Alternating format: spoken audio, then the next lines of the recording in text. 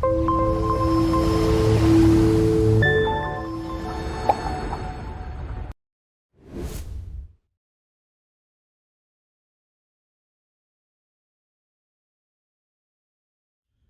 nossa pergunta de hoje é a seguinte: qual é o paradoxo da existência? Bem, para quem não lembra, por via das dúvidas, paradoxo é uma figura de linguagem em que se juntam dois elementos que são opostos e muitas vezes incompatíveis ou inconcebíveis. Por exemplo, fogo molhado. Então, qual é o paradoxo da existência de acordo com a Torá? Bem, para responder essa pergunta, nós vamos precisar de uma Mishnah do capítulo 4 do Pirkei Avot, a Ética dos Pais. A Mishnah Yud Tet 19, de autoria de um dos maiores sábios da Mishnah, o grande Tanaíta, Rabi Akiva. E ele nos ensina o seguinte: Hakol tzafui ve'areshut netuná. Tudo está previsto e a permissão foi dada. Muito bem. Aqui estão os dois elementos que são incompatíveis e que formam o paradoxo da existência de acordo com o judaísmo. Vamos falar sobre cada um deles. Primeiro, tudo está previsto. O que significa isso?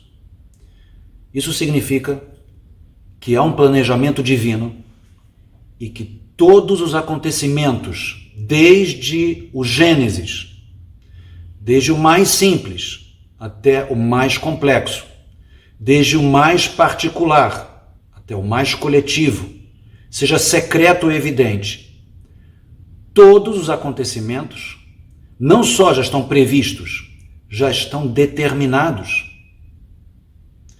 Porque há um planejamento divino. Tudo vai acontecer de acordo com a vontade e o planejamento e a agenda do Criador.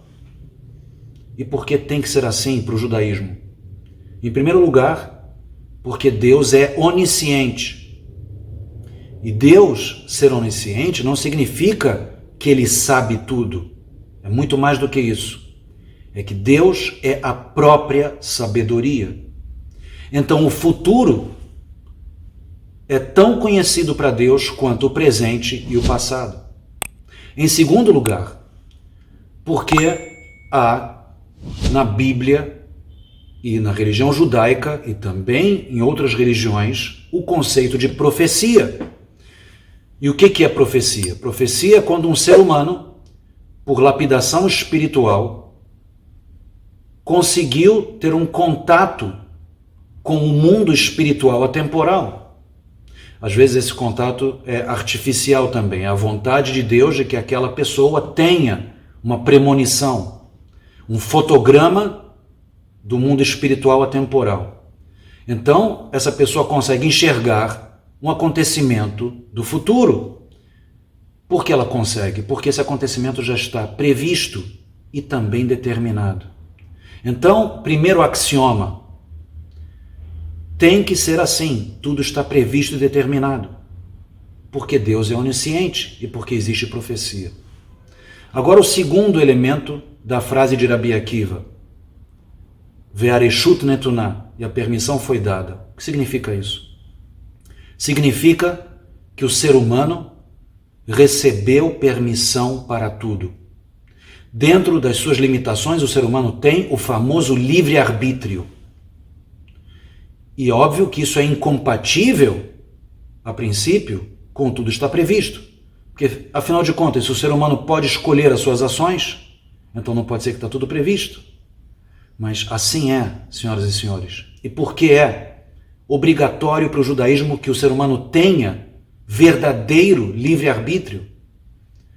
Ora, porque se a Torá se baseia em recompensa e punição para o cumprimento de preceitos, mitzvot, ou o cometimento de pecados, respectivamente, então é obrigatório que o ser humano seja responsável pelos seus atos.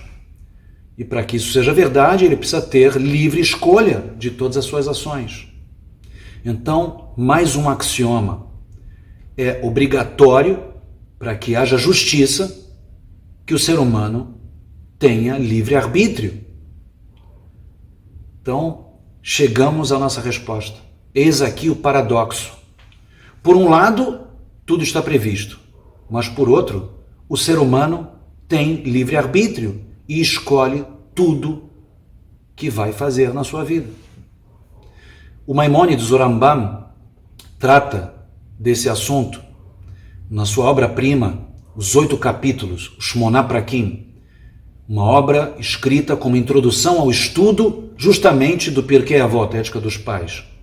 E no 8º capítulo, ele traz alguns exemplos para que nós tentemos encostar um pouquinho nesse conceito, que na verdade é inconcebível para o ser humano. E ele dá o exemplo, entre outros, dos egípcios, porque Avraham, na Torá, recebeu de Deus essa profecia, de que seus descendentes seriam escravos numa terra estranha. E aí pergunta o Rambam, o Maimônides, então os egípcios são culpados ou não? E a sua resposta é categórica, claro que sim, porque apesar disso já estar previsto e de que Avraham já sabia que os egípcios escravizariam seus descendentes, o povo de Israel, os egípcios o fizeram por livre e espontânea vontade. Então, eis aqui uma mensagem impressionante, que não muda em nada, na verdade, a nossa responsabilidade, porque afinal de contas nós não sabemos o futuro, não é mesmo? Nós não somos profetas. Então, o que mais vale para nós, nesse conceito paradoxal, é que temos o livre-arbítrio e com ele vem uma enorme responsabilidade de agir de acordo com a vontade divina. É isso aí. Reflitamos sobre tudo isso.